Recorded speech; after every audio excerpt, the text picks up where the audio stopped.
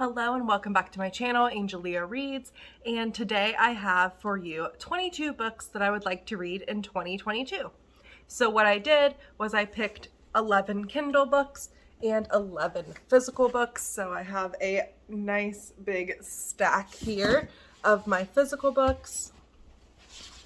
And then I really want to work on my Kindle TBR because it's just getting out of control, honestly. But I did count up like all of my books, and I shared it on my Instagram. I think it's like 100 and something, maybe like 150, something like that. And actually I have a good amount of like equal books on my Kindle and physical TBR.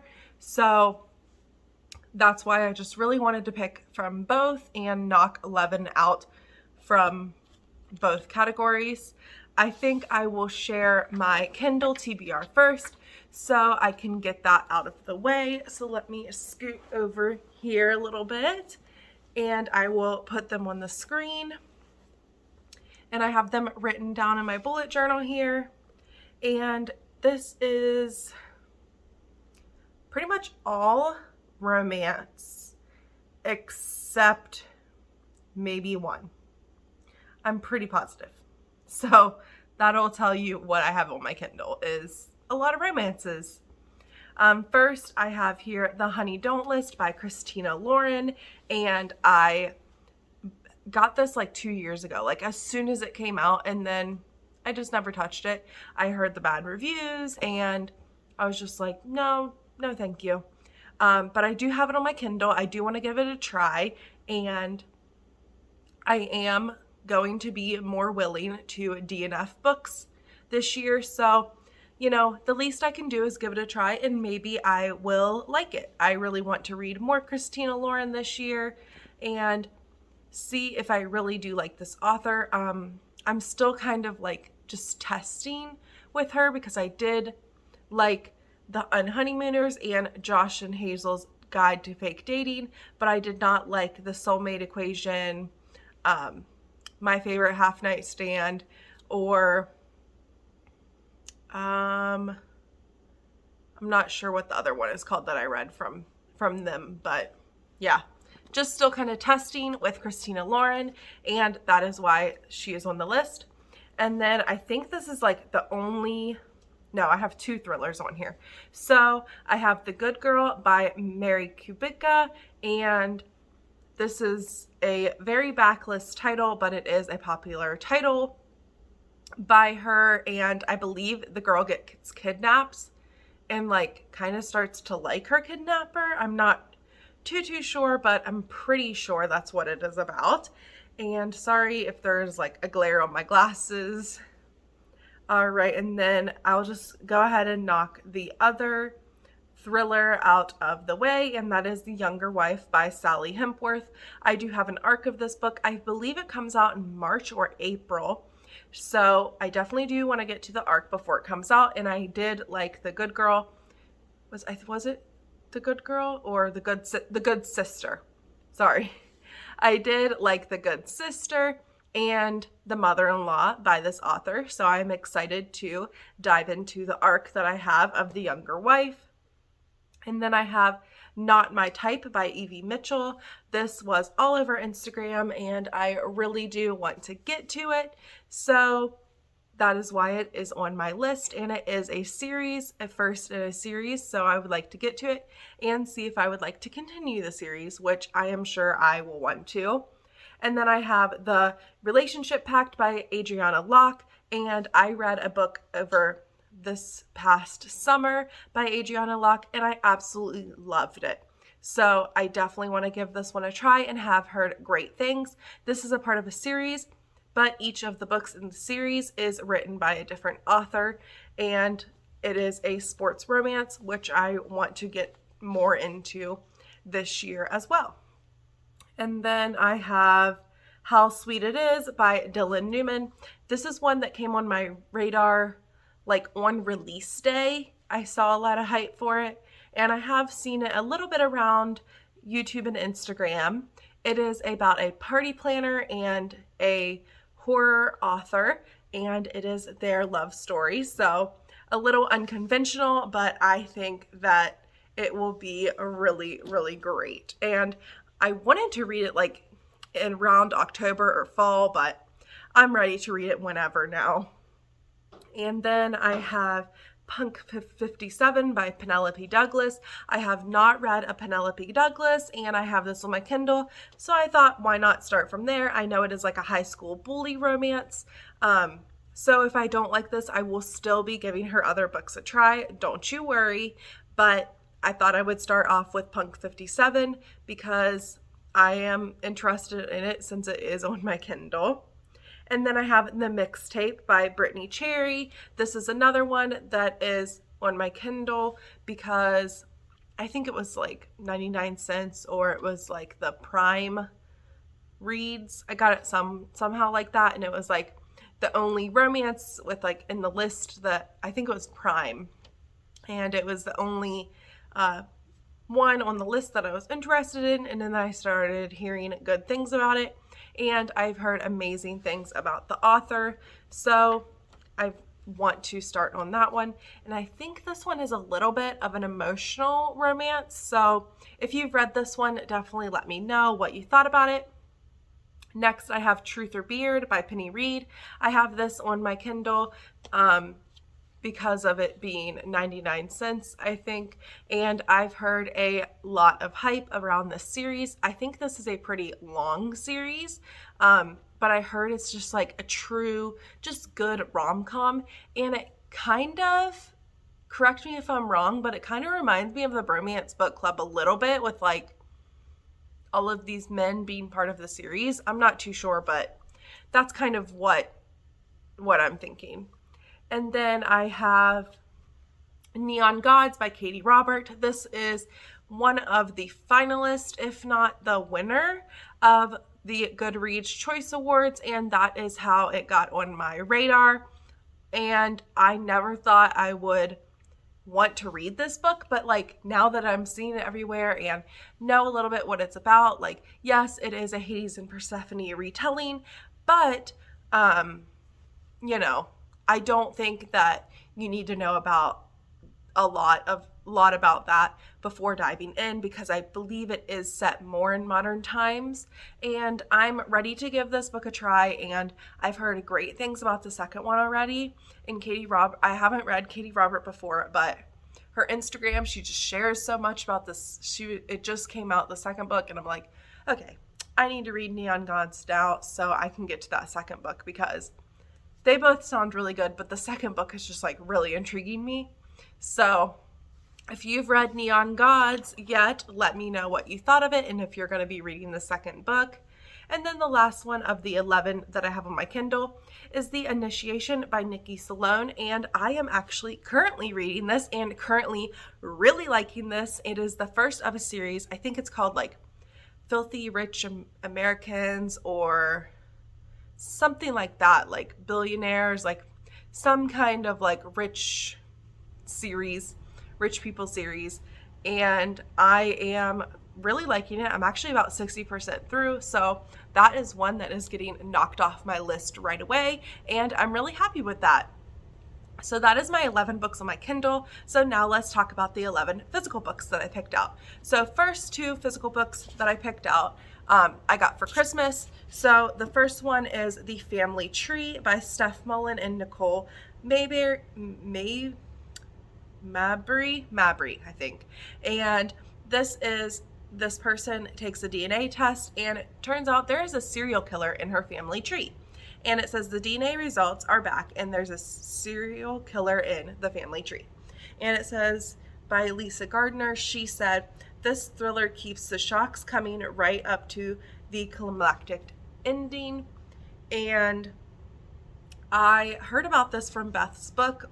I think she made like a reel or a TikTok about it, and it immediately intrigued me. So I put it on my Christmas wish list, and I think I talked a little bit more about that in my video for the Christmas wish list, but oh my gosh, it looks so good already. Just like flipping through here, I'm like, oh, like there's like different parts of it, and I was just, yeah, really, really intrigued. like already it says here victims 6 and 7. Like I think it maybe talks about the serial killer's victims, because I think she does some research on the serial killer. So really, really interested in that one. And the next one that I got for Christmas is All Her Little Secrets by Wanda M. Morris. This one recently came on my radar because I saw it maybe on like a Goodreads list or something like that. And it is actually the book club picks for the Literally Dead book club in, I believe, March or April. So if you want to join in that, I am definitely saving this to read for the book club. And I absolutely love, like, I got these two for Christmas together and I just love the vibe of them together. So really excited for both of these. And then next is a Kristen Hanna book that I've had on my shelves for over a year. I know I did not get it whenever I lived in this house. I got it whenever I lived in my last apartment, and I got it at a thrift store near there. So I know I've had it for a while, and I've just been like saving it for summer, and then I don't get to it. So I am reading it this year, and it is Distant Shores by Kristen Hanna, and I absolutely love this author and really excited to get to more of her backlist. And I'm not even sure what this is about, but I don't even care. I'll just read a little bit of it. It says, Elizabeth and Jackson Shore married young, raised 2 daughters, and weathered the storms of youth as they built a perfect family. From a distance, their lives looked perfect. But after the girls leave home, Jack and Elizabeth quietly drift apart. So it's maybe about them getting back together or them separating, and her getting into a new relationship, or just like living her life. Kristen Hanna kind of does more like life story kind of books, and they are emotional and really good.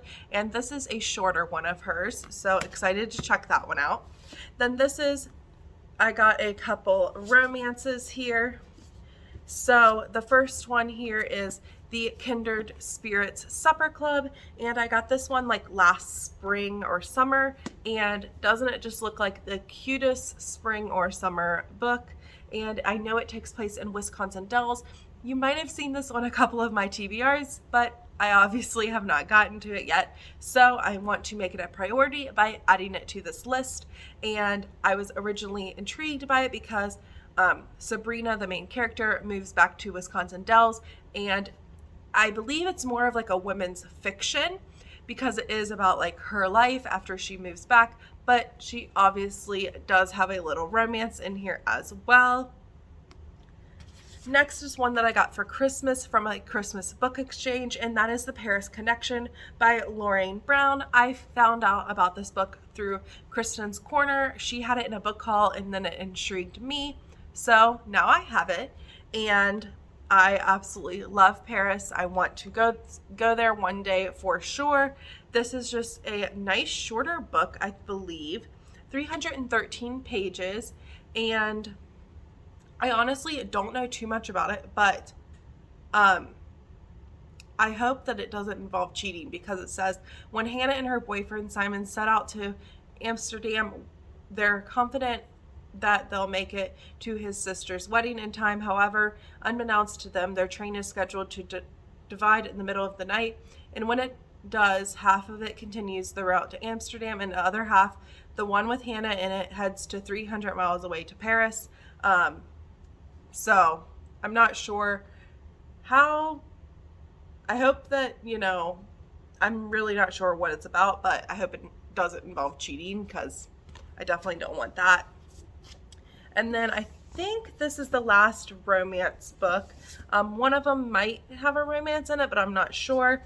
But this is the last romance paperback book, and it is The Royals Next Door, and it is by Katrina Halley, which is like an indie author, but this is not an independent published book. It is published through Berkeley, and I saw it around a lot whenever it first came out, and I absolutely love this cover. So gorgeous.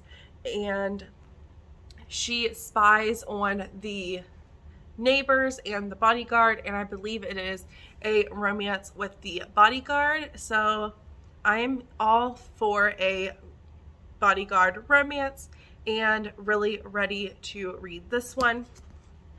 And then next I have some thrillers.